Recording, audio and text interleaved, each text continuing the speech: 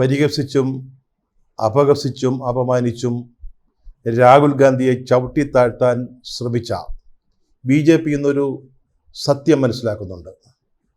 രാജ്യത്തിൻ്റെ മുഴുവൻ, ഇന്ത്യയുടെ മുഴുവൻ പ്രതിപക്ഷ നേതാവായി രാഹുൽ ഗാന്ധി വളർന്നിരിക്കുന്നു. രാഷ്ട്രപതിയുടെ നയപ്രഖ്യാപന പ്രസംഗത്തിന് നന്ദി രേഖപ്പെടുത്തുന്ന പ്രമേയത്തിന്മേൽ തിങ്കളാഴ്ച ലോക്സഭയിൽ ചർച്ച ആരംഭിച്ചപ്പോൾ രാഹുൽ ഗാന്ധി പ്രസംഗിച്ചു. കൊടുങ്കാറ്റ് പോലെയുള്ള ഒരു പ്രസംഗമായിരുന്നു അത്. അതിൻ്റെ മുമ്പിൽ ദൈവികവും രാജകീയവുമായ പരിവേഷമുള്ള സാക്ഷാൽ പ്രധാനമന്ത്രി മോദി പോലും പതറുന്നതാണ് കണ്ടത്. യഥാർത്ഥ പ്രതിപക്ഷ നേതാവിൻ്റെയും പ്രതിപക്ഷത്തിൻ്റെയും വരവറിയിച്ചുകൊണ്ടുള്ളതായിരുന്നു അദ്ദേഹത്തിൻ്റെ പ്രസംഗം. അദ്ദേഹത്തിൻ്റെ വിമർശന ശരങ്ങൾ ചെന്നുകൊണ്ടത് BJPയുടെയും പ്രധാനമന്ത്രി നരേന്ദ്രമോദിയുടെയും നെഞ്ചത്താണ്. ആ വിമർശനപരമായ വാക്കുകൾ സ്പീക്കർ ഓം ബിർള അദ്ദേഹത്തിനുള്ള അധികാരം ഉപയോഗിച്ച് ലോക്സഭയുടെ സഭാരേഖകളിൽ നിന്ന് നീക്കി. അത് അദ്ദേഹത്തിന് ചെയ്യാൻ സാധിച്ചു. പക്ഷേ അദ്ദേഹത്തിൻ്റെ വാക്കുകൾ, ഇന്നലത്തെ അദ്ദേഹത്തിൻ്റെ പ്രസംഗം ഇന്ത്യയുടെ മനസ്സിൽ, ഇന്ത്യക്കാരുടെ മനസ്സിൽ ഉരുക്കിലെഴുതിയ അക്ഷരങ്ങൾ പോലെ പതിഞ്ഞു കിടക്കുകയാണ്. വാസ്തവത്തിൽ അണക്കെട്ടിൽ വിള്ളലുകൾ വീണിരിക്കുന്നു. അത് ഈ സ്പീക്കർ ഓം ബിർളയുടെ വിരലുകൾ കൊണ്ട് അടയ്ക്കാമെന്നാണ് BJP കരുതുന്നെങ്കിൽ അതായിരിക്കില്ല സംഭവിക്കുക എന്ന് തിങ്കളാഴ്ചത്തെ ലോക്സഭ തെളിയിച്ചു.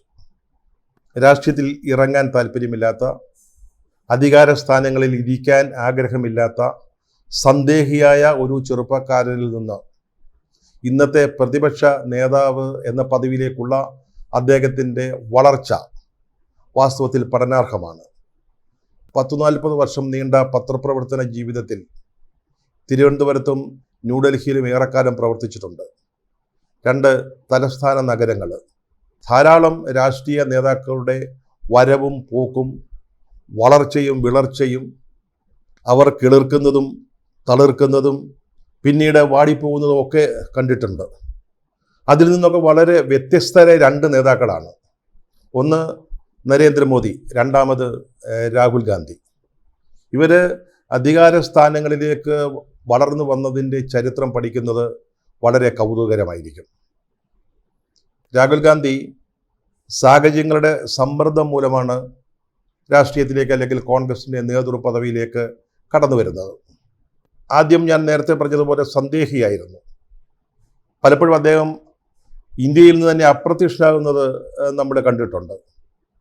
അദ്ദേഹത്തിന് കൺസിസ്റ്റൻസി ഇല്ല, ഒരു സ്ഥിരതയില്ല എന്ന് എല്ലാവരും ആക്ഷേപിക്കുമായിരുന്നു. പിന്നീട് ഒരു ഘട്ടത്തിൽ കോൺഗ്രസിൻ്റെ തിരിച്ചുവരവിന്, അല്ലെങ്കിൽ രാജ്യത്തെ ജനാധിപത്യത്തിൻ്റെ പാതയിലേക്ക് തിരികെ കൊണ്ടുവരുന്നതിന് തൻ്റെ സാന്നിധ്യം, തൻ്റെ ശ്രമങ്ങൾ ആവശ്യമാണെന്ന് ബോധ്യമായപ്പോൾ അദ്ദേഹം രാഷ്ട്രീയത്തെ ഗൗരവത്തോടെ എടുത്തു. അദ്ദേഹം ജനങ്ങളിലേക്ക് ഇറങ്ങി. പിന്നീട് ഇന്ത്യയിലെ ജനങ്ങളായിരുന്നു അദ്ദേഹത്തിൻ്റെ സർവകലാശാല. അവിടെ പഠിച്ച് ഉയർന്ന മാർക്കോടുകൂടി, ഡിസ്റ്റിങ്ഷനോടുകൂടി പാസ്സായിട്ടാണ് അദ്ദേഹം കോൺഗ്രസിൻ്റെ നേതൃസ്ഥാനത്തേക്ക് കടന്നു വന്നത്. നെഹ്റു കുടുംബത്തിലെ ഒരംഗം എന്ന നിലയിൽ കുടുംബപരമായ പാരമ്പര്യങ്ങളും അല്ലെങ്കിൽ അനുകൂല ഘടകങ്ങളും പൈതൃകവുമൊക്കെ അദ്ദേഹത്തെ സഹായിച്ചിട്ടുണ്ട്. പക്ഷേ അതുകൊണ്ടല്ല അദ്ദേഹം നേതാവായത്, അല്ലെങ്കിൽ അതുകൊണ്ട് മാത്രമല്ല അദ്ദേഹം കോൺഗ്രസിൻ്റെയും രാജ്യത്തിൻ്റെയും നേതാവാകുന്നത്. ഇന്നത്തെ പ്രത്യേക രാഷ്ട്രീയ സാഹചര്യങ്ങളിൽ താൻ ഒന്ന് പുനർനിർണയിക്കപ്പെടണം, അല്ലെങ്കിൽ പുനർനിർവചിക്കപ്പെടണം എന്ന് അദ്ദേഹത്തിന് തോന്നുകയും അങ്ങനെ അദ്ദേഹം സ്വയം നിർവചിക്കാൻ തയ്യാറാവുകയും ചെയ്തപ്പോഴാണ് ഇന്നത്തെ രാഹുൽ ഗാന്ധി ജനിക്കുന്നത്. അതേസമയം നമ്മുടെ പ്രധാനമന്ത്രി നരേന്ദ്രമോദി എങ്ങനെയാണ് ദേശീയ രാഷ്ട്രീയത്തിലേക്ക് വന്നത് എന്ന് നമ്മൾ ആലോചിക്കേണ്ടതുണ്ട്. അദ്ദേഹം ഗുജറാത്ത് മുഖ്യമന്ത്രിയായിരുന്നു. ഗുജറാത്ത് കലാപം പോലെയുള്ള സംഭവങ്ങളുടെ പശ്ചാത്തലത്തിൽ അദ്ദേഹത്തിൻ്റെ രാഷ്ട്രീയ പ്രതിച്ഛ എന്തായിരുന്നു എന്ന് വിവരിക്കുന്നതിന് ഞാനിവിടെ സമയമെടുക്കുന്നില്ല. അത് മറ്റൊരു വിഷയമാണ്. രാജ്യം ഇതുവരെ കണ്ടിട്ടില്ലാത്ത ഒരു വ്യാജ പ്രതിച്ഛായ നിർമ്മിതിയിലൂടെയും PR വർക്കിലൂടെയുമാണ് നരേന്ദ്രമോദിയെ ഇന്ത്യയിലെ പ്രധാനപ്പെട്ട BJP നേതാവായി, അതുവഴി BJPയുടെ പ്രധാനമന്ത്രി സ്ഥാനാർത്ഥിയാക്കി വളർത്തിക്കൊണ്ടുവന്നത്. അതിൻ്റെ പിന്നിലൊരു വലിയ ആസൂത്രണം ഉണ്ടായിരുന്നു. വൻതോതിലുള്ള പണമുടക്കുണ്ടായിരുന്നു. രാഷ്ട്രീയക്കാരുണ്ടായിരുന്നു, രാഷ്ട്രീയേതര ശക്തികളുണ്ടായിരുന്നു, വൻ ബിസിനസ് സാമ്രാജ്യങ്ങൾ ഉണ്ടായിരുന്നു. അതിനുവേണ്ടി കോടിക്കണക്കിന് രൂപ ഒഴുകുകയുണ്ടായി. ആദ്യം അവർ ചെയ്തത് നമ്മുടെ പ്രധാനമന്ത്രി സ്ഥാനാർത്ഥി മോദി ആയിരിക്കണം എന്ന് തീരുമാനിക്കുകയാണ്. പിന്നീട് അന്ന് BJPയുടെ തലപ്പത്തുണ്ടായിരുന്ന ലാൽകൃഷ്ണ അദ്വാനിയെയും മുരളി മനോഹർ ജോഷിയും തട്ടിൻപുറത്തേക്ക് തട്ടിയിട്ട് ഒരു മാർഗദർശക് മണ്ഡൽ അംഗങ്ങൾ എന്ന നിലയിൽ അവരെ അവിടെ കുടിയിരുത്തുകയാണ് ഉണ്ടായത്. പിന്നീട് അവർ കോൺഗ്രസിനെ ചീത്തയാക്കുക, കോൺഗ്രസിനെ തകർക്കുക എന്ന ലക്ഷ്യത്തിലേക്ക് ഇറങ്ങുന്നു. കോൺഗ്രസ് ഹിംസ എന്ന ഈ ശത്രു സംഹാര പൂജയിൽ ആചാര്യ പദവിയിൽ അണ്ണാ ഹസാരെ വന്നിരുന്നു. ധാരാളം മുൻ ബ്യൂറോക്രാറ്റുകൾ, അല്ലെങ്കിൽ കണക്കപ്പിള്ളമാർ, അതുപോലെ തന്നെ ദേശീയ സുരക്ഷയിലെ ചില വിദഗ്ധർ, രാഷ്ട്രീയ പാർട്ടിക്കാർ, അതുപോലെ തന്നെ ചില ആധ്യാത്മിക നേതാക്കൾ, ചില സന്യാസി വര്യന്മാരെ പോലെയുള്ള ആളുകൾ, അവരൊക്കെ അതിൻ്റെ പിന്നണിയിൽ കുഴലൂത്തുകാരായി നിന്നു. നിർഭയ എന്ന ഒരു പെൺകുട്ടിയുടെ വളരെ സങ്കടകരമായ അവസ്ഥ, ഇന്ത്യ എഗനിസ്റ്റ് കറപ്ഷൻ എന്ന് പറയുന്ന അവരുടെ പ്രസ്ഥാനത്തിന് ഒരു നല്ല തുടക്കം കുറിക്കാൻ വീണ് കിട്ടി. പിന്നീട് ധാരാളം നിർഭയമാരുണ്ടായിട്ടുണ്ട്, ധാരാളം പെൺകുട്ടികൾക്ക് അതേ അവസ്ഥ ഉണ്ടായിട്ടുണ്ട്. പക്ഷേ അന്നൊന്നും പിന്നീട് ഒരിക്കലും ഈ അണ്ണാ ഹസാരെമാരെയോ അല്ലെങ്കിൽ കെജ്രിവാളുമാരെയോ മറ്റാരെയെങ്കിലുമോ നമ്മൾ കണ്ടിട്ടില്ല. അങ്ങനെ ആ പ്രസ്ഥാനത്തിലൂടെയാണ് വാസ്തവത്തിൽ നരേന്ദ്രമോദി BJPയുടെ പ്രധാനമന്ത്രി സ്ഥാനാർത്ഥിയാവുന്നതും തെരഞ്ഞെടുപ്പിൽ ജയിച്ച് പ്രധാനമന്ത്രിയാവുന്നതും. ഇതുപോലെ സമാനമായ ഒരു PR വർക്ക് നമ്മുടെ കണ്ടിട്ടുള്ളത് ട്രംപിൻ്റെ ആദ്യ ടേമിലുള്ള വിജയ സമയത്താണ്. ഇതതുപോലെ തന്നെയായിരുന്നു. ട്രംപിനെ ഒരു വലിയ നേതാവാക്കി സങ്കല്പിച്ച് വളർത്തിക്കൊണ്ടുവന്ന് അദ്ദേഹത്തെ അമേരിക്കയുടെ പ്രസിഡൻ്റാക്കിയ ഒരു കഥ. മോദിയുടെ ഈ പ്രതിച്ഛായ നിർമ്മിതിയിൽ അതിൻ്റെ സംവിധായകർ യേശുക്രിസ്തുവിൻ്റെ ജീവിതം ഒരു മാതൃകയാക്കി എടുത്തിരുന്നു. ഇപ്പോൾ ലോകരക്ഷകനായി ആരാധിക്കപ്പെടുന്ന യേശുക്രിസ്തു ബേത്ലഹേമിലെ ഒരു കാലിത്തൊഴുത്തിൽ പുൽക്കൂട്ടിലാണ് ജനിച്ചത്. ആ കുഞ്ഞിന് പുതയ്ക്കാൻ ഒരു കഷ്ണം കമ്പിളി പോലും ഉണ്ടായിരുന്നില്ല. വെറും പഴംതുണി കഷണങ്ങൾ കൊണ്ടാണ് ആ ശിശുവിനെ പൊതിഞ്ഞെടുത്തത്. ആ ശിശുവാണ് പിന്നീട് ലോക രക്ഷകനായി വളർന്നത്. അതുപോലെ നമ്മുടെ മോദിജിയെ ജീവിക്കാൻ നിർവാഹമില്ലാത്തൊരു സാഹചര്യത്തിൽ തീവണ്ടി ആഫീസിൽ ചായ വിൽക്കുന്ന ഒരു ചെറുപ്പക്കാരനായും അല്ലെങ്കിൽ ബാലനായും, പിന്നീട് RSS ഓഫീസ് കഴുകി വൃത്തിയാക്കുന്ന ഒരു ചെറുപ്പക്കാരനായും ചൂലുകൊണ്ട് നിൽക്കുന്ന ഒരു ചിത്രമൊക്കെ നമ്മൾ ഓർക്കുന്നുണ്ടാവും. അങ്ങനെ അദ്ദേഹത്തെ മെല്ലെ മെല്ലെ ഒരു വലിയ ജനകീയ നേതാവാക്കി ആ ഒരു പ്രതിച്ഛായയിലേക്ക് വളർത്തിക്കൊണ്ടുവരികയാണ് ചെയ്തത്. രാജയോഗമുള്ള ആളാണ്, ഇന്ത്യയെ രക്ഷിക്കാൻ കഴിവുള്ള ആളാണ്, ഭരണതന്ത്രജ്ഞനാണ്, രാഷ്ട്രീയ തന്ത്രങ്ങളിൽ അദ്വിതീയനാണ്, സ്നേഹസമ്പന്നനാണ്. അങ്ങനെ പല പല വിശേഷണങ്ങൾ ചാർത്തിക്കൊടുത്ത് അദ്ദേഹത്തെ മെല്ലെ ഉയർത്തിക്കൊണ്ടുവരികയാണ് ചെയ്തത്. അതിനുശേഷം തെരഞ്ഞെടുപ്പ് നടക്കുന്നു. തെരഞ്ഞെടുപ്പിൽ BJP ജയിക്കുന്നു. സ്വാഭാവികമായും അദ്ദേഹം പ്രധാനമന്ത്രിയായി മാറുന്നു. പിന്നീട് അപരിഹാര്യമായത് സംഭവിച്ചു. തനിക്ക് ചുറ്റും നിന്നിരുന്ന വൈതാളിക സംഘം തന്നെപ്പറ്റി പറഞ്ഞതൊക്കെ ശരിയാണ് എന്ന് നരേന്ദ്രമോദി വിശ്വസിച്ചു. ഞാൻ അത്തരത്തിലുള്ള ഒരാളാണെന്ന് അദ്ദേഹം സ്വയം കരുതാൻ തുടങ്ങി. താൻ രാജയോഗമുള്ള ആളാണ്, താൻ ഇന്ത്യയെ രക്ഷിക്കാൻ വന്ന ആളാണ്, ഭരണതന്ത്രജ്ഞനാണ്, പ്രഭാഷണ പടുവാണ് എന്നൊക്കെ അദ്ദേഹം സ്വയം തീരുമാനിച്ചു. അതോടെയാണ് ആ വിഗ്രഹത്തിൽ വിള്ളലുകൾ വീഴാൻ തുടങ്ങിയത്. നമുക്ക് മോദിയെപ്പറ്റി നന്നായിട്ടറിയാം. അദ്ദേഹം സഞ്ചരിക്കുന്ന കാറ്, അദ്ദേഹം ധരിക്കുന്ന വസ്ത്രം, ഉപയോഗിക്കുന്ന കണ്ണട, അല്ലെങ്കിൽ മറ്റു സാധനങ്ങൾ, പേന മുതലായ കാര്യങ്ങളിലൊക്കെ വലിയ ആഡംബര ഭാവം പുലർത്തുന്ന ആളാണ് അദ്ദേഹം. ഡിജിറ്റൽ ക്യാമറ വിപണിയിൽ വരുന്നതിന് മുമ്പേ അദ്ദേഹത്തിന് അത് ഉണ്ടായിരുന്നു എന്ന് അവകാശപ്പെട്ട ഒരാളാണ് മോദിജി. പക്ഷെ അദ്ദേഹം പറയുന്നത് ഞാൻ രാജ്യത്തിൻ്റെ കാവൽക്കാരനാണ്, ചൗക്കീദാറാണ്, അല്ലെങ്കിൽ ഞാനൊരു ഫക്കീറാണ്, അതായത് ഒരു ഭിക്ഷുവാണ് എന്നൊക്കെയാണ് അവകാശപ്പെടുന്നത്. അദ്ദേഹം രാഹുൽ ഗാന്ധിയെ ഷഹ്സാദ എന്നും ബാദുഷ എന്നും ഒക്കെ വിളിക്കും, രാജകുമാരൻ, രാജാവ്. പക്ഷേ ജീവിതം നോക്കുമ്പോൾ മോദിയാണ്, താനാണ് രാജാവ്, താനാണ് ഇന്ത്യയുടെ ചക്രവർത്തി എന്ന നിലയിൽ അദ്ദേഹത്തിൻ്റെ ഭാവങ്ങൾ, അദ്ദേഹത്തിൻ്റെ ചേഷ്ടകൾ, ഭാവഹാവാദികൾ, നടപ്പ്, ഇരിപ്പ്. പക്ഷേ നടപ്പിലും ഇരിപ്പിലും ഭാവഹാവാദികളിലുമെല്ലാം ഒരു രാജാവിനെ പോലെ അല്ലെങ്കിൽ ഇന്ത്യയുടെ ചക്രവർത്തിയെ പോലെ പെരുമാറിയിരുന്നത് വാസ്തവത്തിൽ മോദിയായിരുന്നു. അപ്പോഴൊക്കെ ഒരു നടനെയാണ് അദ്ദേഹം അനുസ്മരിപ്പിച്ചിരുന്നത്. അദ്ദേഹം നടന്നു വരുന്നത് ശ്രദ്ധിച്ചിട്ടുണ്ടോ? ഒരു ചക്രവർത്തി എഴുന്നള്ളുന്നത് പോലെയാണ്. പണ്ടൊക്കെ ഈ രാജ സദസ്സുകളിൽ, ദർബാറുകളിലേക്ക് രാജാവോ ചക്രവർത്തിയോ കടന്നു വരുമ്പോൾ അതിനുവേണ്ടി പ്രത്യേകം നിയോഗിക്കപ്പെട്ടുള്ള ആളുകൾ മഹാരാജാവ് വാഴുക വാഴുക, ചക്രവർത്തി തിരുമനസ് വാഴുക വാഴുക എന്ന് സ്തുതിഗീതങ്ങൾ മുഴക്കമായിരുന്നു. അതുപോലെയാണ് BJPയുടെ സമ്മേളനങ്ങൾ. നിങ്ങൾ ശ്രദ്ധിച്ചിട്ടുണ്ടോ?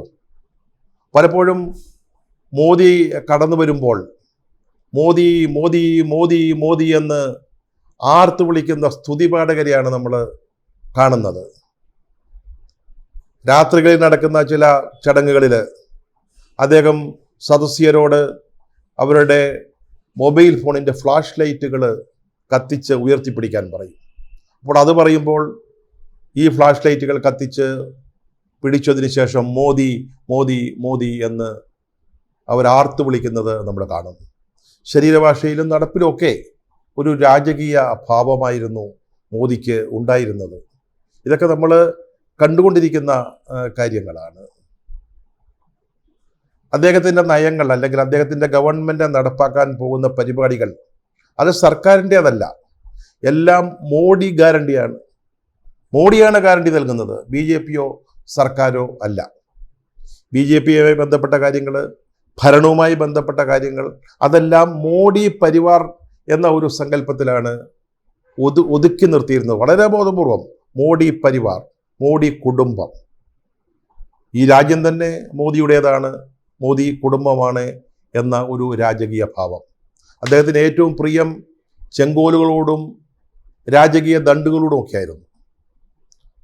ഏതോ ഒരു ചോളരാജാവിൻ്റെ ദണ്ട് തീൻമൂർത്തി മ്യൂസിയത്തിൽ കിടന്നത് എടുത്ത് അദ്ദേഹം പാർലമെൻറ്റിൽ പ്രതിഷ്ഠിച്ചു. അവിടെ ഒരു ഭരണഘടനയുടെ കോപ്പിയാണ് വയ്ക്കേണ്ടിയിരുന്നത്, അതിന് ഒരു ചെങ്കോലാണ് പ്രതിഷ്ഠിച്ചത്. ഈ മനസ്സിൽ കിടക്കുന്ന ഈ രാജകീയ അധികാരഭാവത്തോടുള്ള ആർത്തി അല്ലെങ്കിൽ ആഗ്രഹം, അതാണ് ഈ ചെങ്കോലിനെയൊക്കെ പ്രണയിക്കാൻ മോദിയെയും BJPയും ഒക്കെ പ്രേരിപ്പിക്കുന്നത്. വാസ്തവത്തിൽ ഇവരാരും പാർലമെൻറ്റിൽ ഇരിക്കുമ്പോൾ തലയിൽ കിരീടങ്ങൾ വയ്ക്കാത്തത് ഭാഗ്യമെന്നും മാത്രമേ പറയേണ്ടതുള്ളൂ. പിന്നീടാണ് മോദിക്ക് വിശ്വഗുരു ആവാനുള്ളൊരു മോഹം മനസ്സിലുദിച്ചത്. പിന്നീട് അദ്ദേഹം താൻ ദൈവമാണെന്ന് കരുതിപ്പോയി. അദ്ദേഹം പറഞ്ഞു, ഒരിക്കൽ ഈ തെരഞ്ഞെടുപ്പ് പ്രചാരണ വേളയിൽ പറഞ്ഞു, ഞാൻ എൻ്റെ ജനനം സാധാരണ ജനനമായിരുന്നില്ല, സാധാരണ രീതിയിലൊരു ബയോളജിക്കൽ ജനനമായിരുന്നില്ല എൻ്റേത്, എന്നെ ദൈവം പ്രത്യേകമായിട്ട് ഇങ്ങോട്ട് അയച്ചതാണ്. ഇതിലൊരു സാമ്യം കാണുന്നത് യേശുക്രിസ്തുവിൻ്റെ ജീവിതവുമായിട്ടാണ്. യേശുക്രിസ്തുവിൻ്റേതൊരു ബയോളജിക്കൽ ബർത്ത് ആയിരുന്നില്ല, അങ്ങനത്തെ ഒരു ജന്മമായിരുന്നില്ല. ക്രൈസ്തവർ വിശ്വസിക്കുന്നത് അമ്മയായ കന്യാമറിയം പരിശുദ്ധാത്മാവിനാൽ ഗർഭം ധരിച്ച ഒരു കുഞ്ഞിനെ പ്രസവിച്ചു, അതാണ് യേശുക്രിസ്തു എന്നാണ്. അതാണ് ക്രൈസ്തവരുടെ വിശ്വാസം. അതുപോലെ തന്നെ പിതാവായ ദൈവം പുത്രനായ മകനെ, അതായത് യേശുവിനെ ലോകരക്ഷയ്ക്കായിട്ട് ലോകത്തിലേക്ക് അയച്ചു എന്നാണ് ക്രൈസ്തവർ വിശ്വസിക്കുന്നത്. അങ്ങനെ മോദിയല്ലാതൊരു ദൈവമുണ്ടോ, അതിലും വലിയൊരു കോവിലുണ്ടോ എന്ന ഒരു രാഷ്ട്രീയ സാഹചര്യം ഇന്ത്യയിൽ നിലനിൽക്കുമ്പോഴാണ് കഴിഞ്ഞ പാർലമെൻറ്റ് തിരഞ്ഞെടുപ്പുണ്ടായത്. ഇനി നമുക്ക് രാഹുൽ ഗാന്ധിയിലേക്ക് വരികയാണെങ്കിൽ, അദ്ദേഹം ഞാൻ നേരത്തെ പറഞ്ഞതുപോലെ സന്ദേഹിയായ ഒരു ചെറുപ്പക്കാരനായിരുന്നു. പക്ഷേ ഉത്തരവാദിത്തങ്ങൾ അദ്ദേഹത്തെ നിർബന്ധിച്ചപ്പോൾ അദ്ദേഹം ജനങ്ങളിലേക്ക് ഇറങ്ങുകയാണ് ചെയ്തത്. ജനങ്ങളുമായി ബന്ധപ്പെട്ട് അവരുടെ പ്രശ്നങ്ങൾ പഠിക്കാനുള്ള ശ്രമം അദ്ദേഹത്തിൻ്റെ ഭാഗത്തു നിന്നുണ്ടായി. ഒറീസ സംസ്ഥാനത്തെ കാലഹണ്ഡി എന്ന് പറയുന്ന ഒരു ജില്ലയിൽ നിയാമഗിരി കുന്നുകളിൽ ബോക്സൈറ്റ് ഖനനം നടത്തുന്നതിനെതിരായിട്ട് അവിടുത്തെ ആദിവാസികളൊരു വലിയ സമരം സംഘടിപ്പിച്ചപ്പോൾ അദ്ദേഹം അവിടെ എത്തിയ ആ സമരത്തിന് നേതൃത്വം നൽകി. വേദാന്ത ഗ്രൂപ്പിൻ്റെ ഒരു റിഫൈനറി സ്ഥാപിക്കാനായിരുന്നു പരിപാടി ഈ സ്ഥലത്ത്. അദ്ദേഹത്തിൻ്റെ നേതൃത്വത്തിൽ സമരം നടന്നു. അവസാനം വേദാന്ത കമ്പനിക്ക് റിഫൈനറിക്ക് നൽകിയ അനുമതി പിൻവലിക്കേണ്ടി വന്നു. അതുപോലെ യു പിയിൽ യമുന എക്സ്പ്രസ് ഹൈവേക്ക് വേണ്ടി 44,000 ഹെക്ടർ കൃഷിഭൂമി ഏറ്റെടുക്കാനുള്ള ഒരു തീരുമാനമുണ്ടായി. അതിനെതിരായിട്ട് കർഷകരുടെ സമരം നടന്നു. അവർ സമരരംഗത്തേക്ക് ഇറങ്ങി. ഈ എക്സ്പ്രസ് ഹൈവേ നിർമ്മിക്കാൻ 44,000 ഹെക്ടറിൻ്റെ ഒരു 10% ഭൂമി പോലും ആവശ്യമായിരുന്നില്ല. പക്ഷേ സമ്പന്നരായ ബിൽഡർമാർക്ക് വേണ്ടിയായിരുന്നു അവർക്ക് പുതിയ ടൗൺഷിപ്പുകൾ പണിയാൻ, പുതിയ ഭവന സമുച്ചയങ്ങൾ, കെട്ടിട സമുച്ചയങ്ങളൊക്കെ നിർമ്മിക്കാൻ വേണ്ടിയുള്ള ഒരു പരിപാടിയായിരുന്നു. അവിടെ സമരം ഉണ്ടായപ്പോൾ അവിടെയും രാഹുൽ ഗാന്ധി എത്തി. ഇതൊക്കെ നേരത്തെയാണ്. അതിനുശേഷം രാഹുൽ ഗാന്ധിയെ ജനങ്ങളുമായി ഏറ്റവും അടുപ്പിച്ചത് അദ്ദേഹം തെക്ക് നിന്ന് വടക്കോട്ടും കിഴക്ക് നിന്ന് പടിഞ്ഞാറോട്ടും നടത്തിയ 2 ഭാരത് ജോഡോ യാത്രകളായിരുന്നു എന്ന കാര്യത്തിൽ യാതൊരു സംശയവുമില്ല. വാസ്തവത്തിൽ ഇവിടുത്തെ മാധ്യമങ്ങളൊക്കെ കണ്ടില്ലെന്ന് നടിച്ച ഒരു വലിയ സ്വതന്ത്ര ഇന്ത്യ കണ്ട ഏറ്റവും വലിയ കാമ്പയിനായിരുന്നു അത്. ജനങ്ങളുമായി അടുത്ത് ഇടപഴകുന്നതിന്, അവരുടെ പ്രശ്നങ്ങൾ മനസ്സിലാക്കുന്നത്, അവരെ ചേർത്ത് നിർത്തുന്നതിന് അദ്ദേഹത്തിന് സാധിച്ചു. അതിനു മുമ്പ് അദ്ദേഹം ഇന്ത്യയെ അറിയുന്നതിന് ധാരാളം യാത്രകൾ നടത്തിയിരുന്നു. പക്ഷേ ഇത് വളരെ വ്യത്യസ്തമായിരുന്നു. ആദ്യത്തെ യാത്ര നടന്നുകൊണ്ടായിരുന്നു, പിന്നീട് നടന്നും വാഹനങ്ങളിലുമായിരുന്നു. ഇതിനിടയ്ക്ക് അദ്ദേഹം ജനങ്ങളുമായി സംവദിക്കുകയും അവരുടെ പ്രശ്നങ്ങൾ മനസ്സിലാക്കാൻ ശ്രമിക്കുകയും ചെയ്തു. നമ്മൾ കണ്ടതാണ് വികാരഭരിതമാക്കുന്ന രംഗങ്ങൾ അദ്ദേഹത്തിൻ്റെ യാത്രയ്ക്കിടയിൽ ഉണ്ടായത്. അദ്ദേഹം ചെറുപ്പക്കാരെ, തൊഴിലാളികളെ, കർഷകരെ, സ്ത്രീകളെ, യുവാക്കളെ, അങ്ങനെ ജീവിതത്തിൻ്റെ നാനാ തുറകളിലുള്ളവരുമായി സംവദിച്ചു. അവരെയൊക്കെ ചേർത്ത് മുന്നോട്ട് നടത്തിയ ഒരു യാത്ര. ഇത് അദ്ദേഹത്തിൻ്റെ രാഷ്ട്രീയ ജീവിതത്തിലെ ഏറ്റവും വലിയൊരു ടേണിംഗ് പോയിന്റ് ആയിരുന്നു എന്ന കാര്യത്തിൽ നമുക്ക് സംശയമില്ല. പിന്നീട് ഇതുവരെ മോദി പോലും പോയിട്ടില്ലാത്ത മണിപ്പൂരിൽ അദ്ദേഹം പോകുന്നു. അവിടുത്തെ ദുരിതാശ്വാസ ക്യാമ്പുകൾ സന്ദർശിക്കുന്നു, അവിടുത്തെ പ്രശ്നങ്ങൾ മനസ്സിലാക്കുന്നു. അങ്ങനെ ജനങ്ങളുമായിട്ടുള്ള ഒരു വലിയ ഇഴുകിച്ചേരലിൽ നിന്നാണ് ഇന്നത്തെ രാഹുൽ ഗാന്ധിയിലേക്ക് വളരാനുള്ള ഊർജം അദ്ദേഹത്തിന് ലഭിച്ചതെന്ന കാര്യത്തിൽ യാതൊരു സംശയവുമില്ല. സാധാരണക്കാർക്കിടയിലെ ഒരു സാധാരണക്കാരനായിട്ട് അദ്ദേഹം മാറി. അങ്ങയുടെ സത്യപ്രതിജ്ഞാവേളയിൽ നമ്മളത് കണ്ടു.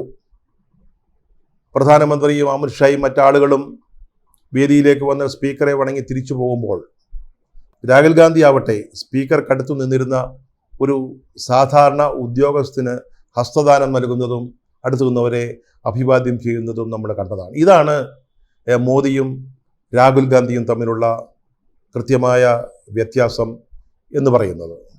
മനുഷ്യർക്ക് കണ്ണുണ്ട്, മൂക്കുണ്ട്, ചെവിയുണ്ട്. അവർക്ക് മനസ്സും ആത്മാവും ഹൃദയവുമുണ്ട്. അതുകൊണ്ട് തന്നെ അല്പം വൈകിയാണെങ്കിലും അവർ സത്യങ്ങൾ മനസ്സിലാക്കും. അതുകൊണ്ടാണ് ജനങ്ങൾ സത്യം മനസ്സിലാക്കിയത് കൊണ്ടാണ് ഇന്ത്യയുടെ ദൈവമാകാനുള്ള മോദിയുടെ ശ്രമങ്ങൾ പരാജയപ്പെട്ടു പോയത്. അതുകൊണ്ട് തന്നെയാണ് ഇന്ത്യയുടെ എല്ലാവരാലും അംഗീകരിക്കപ്പെട്ട പ്രതിപക്ഷ നേതാവായി, കരുത്തുറ്റ നേതാവായിട്ട് രാഹുൽ ഗാന്ധി മാറുന്നത്. സത്യങ്ങൾ തെളിഞ്ഞു വരുന്നു, സത്യമുള്ള നേതാക്കൾ ഉയർന്നു വരുന്നു. അതുപോലെ തന്നെ അസത്യത്തിലും പാതി സത്യത്തിലും കെട്ടിപ്പൊക്കിയ ഈ വ്യാജ പ്രതിച്ഛായ മന്ദിരങ്ങൾ ഇടിഞ്ഞു വീഴാൻ തുടങ്ങുകയും ചെയ്യും.